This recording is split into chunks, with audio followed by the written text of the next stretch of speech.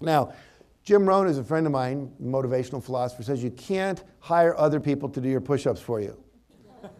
I love that quote. Think about that. I can't hire you to go to the gym and work out for me. I can't hire you to meditate for me. You could meditate about me, but can't help my consciousness grow.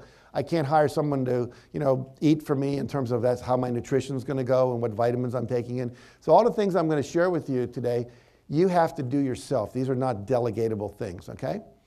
And that leads into a formula, which I would encourage you to write down. It's in your handout. But it says E plus R equals O. And what it stands for is event plus.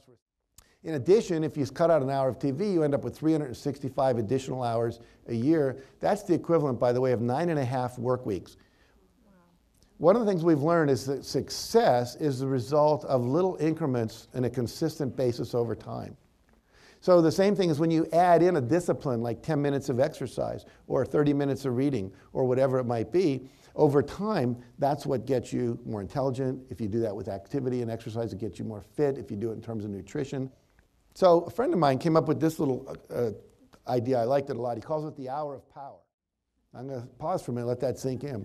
Think about who are the 5 people you spend the most time with, because they are reflecting back to you the level of consciousness, the level of success, the level of go for it, level of self-esteem that you are believing you are worthy of. And when I went to work for Debbie Clement Stone, he had me do a little thing where I had to write down all the names of the people that were in my life that I interacted with on any kind of regular basis. And one of the things he had me then do was put a plus sign next to everyone whose name was positive and a minus sign next to everyone who was negative. And when I did that, I then said, now what? And he said, don't hang out with anyone who has a minus sign next to their name. I said, Bill, his name was William Clement Stone, but he called himself W. Clement Stone, he wanted to be unique. I said, Bill, my mother's name has a minus sign next to it. He said, Christmas and Easter, that's it. But he said, literally, you become like the people you hang out with. If that weren't true, why would we tell children, I don't want you hanging out with those kids? Because they're a bad what? Influence. And you think it stops when you're 18? Everyone you interact with is influencing you. So you want to surround yourself with positive people. Positive, or, as opposed to negative. Catherine Lonigan, she is a person I wrote about in my book. She won a scholarship to go to university, and it was for creative writing. And she got in her class, and she got an F on her first paper. She wrote a little short story. And this visiting professor from Harvard was running the class, and she went, why did I get an F? She said, 'cause you can't write. And he said, look, I'm making a suggestion.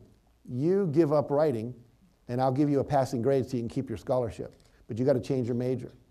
Now, she was a gifted student in high school. We took all the AP classes in writing, wrote a play that was published and all this stuff. But she didn't want to lose her scholarship, so she agreed never to write again. Now, 15 years later, she's down in Texas. They're making a movie in the town next door. She goes over, and she's hanging out with the writers. Everyone else was trying to get close to the movie stars. And they said, why are you hanging out with us instead of them? So I always wanted to be a writer. I said, really? Well, why don't you just write? Well, I was told I couldn't. I had no talent. Really? Who told you that? Well, it was this Harvard professor visiting at my college. Oh, what does a professor know? I write for a living. Write something, send it to me, I'll tell if it's any good. Anyway, she writes a book, takes her a year to write it. She sends it to him, he loves it, sends it to his editor. She loved it, she called him up, or her up rather, and said, I'd like to publish your book. Now, you know what that book was called? It's called Romancing the Stone. It's made into a movie. She wrote another book, it was called Jewel of the Nile, also made into the sequel of that movie. We lost her writing talent for 15 years because she let some other person tell her she wasn't any good. So you got to be careful. Do not let other people's opinion of you run you.